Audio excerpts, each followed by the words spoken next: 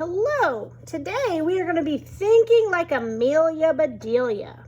And as we learned from her stories, she is a very literal thinker. She takes everything everybody says and does exactly what she hears, even if that's not what they mean.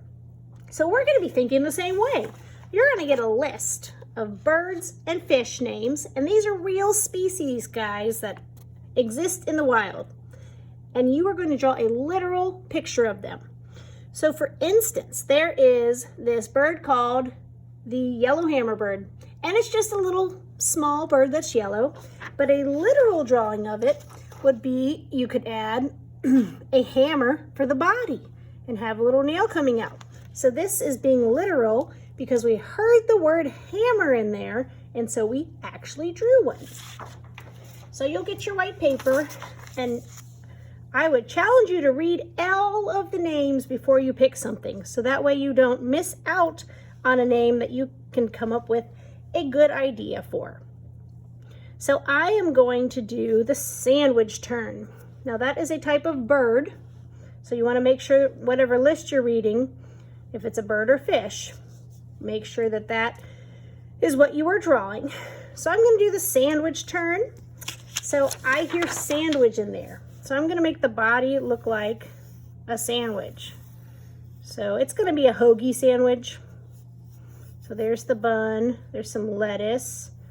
Maybe I got some meat on my bun, some cheese, some tomatoes, and then the bottom. Kind of looks like a burger also, but burgers are a type of sandwich. Here's my sandwich tern, but then it's a bird, so I need to add some bird-like features to it. So I might draw two eyes right here and a big beak.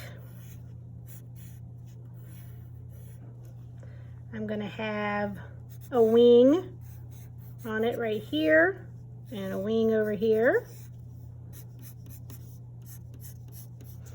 And for this wing over here, I can erase the inside. Have its little feet. It's flying. So then I want to think about a background, okay? So if it's a bird, then I might draw a big branch right here that it's about to land on. Oh, I'm going to add a little tail feathers to it also. Here's the trunk of the tree. I could even draw like a little nest right here. Since it's a sandwich tern, maybe instead of having little baby birds, there's little pickles. So here's a little. That's my best pickle on the fly. Okay, so it's got little baby pickles in the nest instead of regular eggs.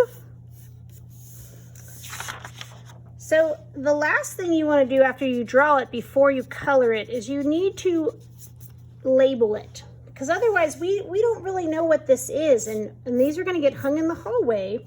And we want people to know what we've drawn. So somewhere nice and big and neat, you want to add the title of what you drew. So I'm just going to do it up here. I'm going to write, I'm doing it on the branch, the sandwich tern. My next step is to add some color to my picture. So I'm going to show you some other examples that students have done in the past. This is the angelfish. Now this is great, and they did label it, but it is kind of hard to read. So it would have been nicer if they would have written the name of this bigger. There's the turtle dove. This one's a very strong looking turtle. And as I said, I had already showed you the yellow hammerbird. So yeah, I want to see all types of different birds. So try to pick one that you haven't seen an example of. And I cannot wait to see these hung up in the hallway. So make sure you put your name and your room number on the back and turn it into the adult that is helping with this lesson, and have an incredible art class.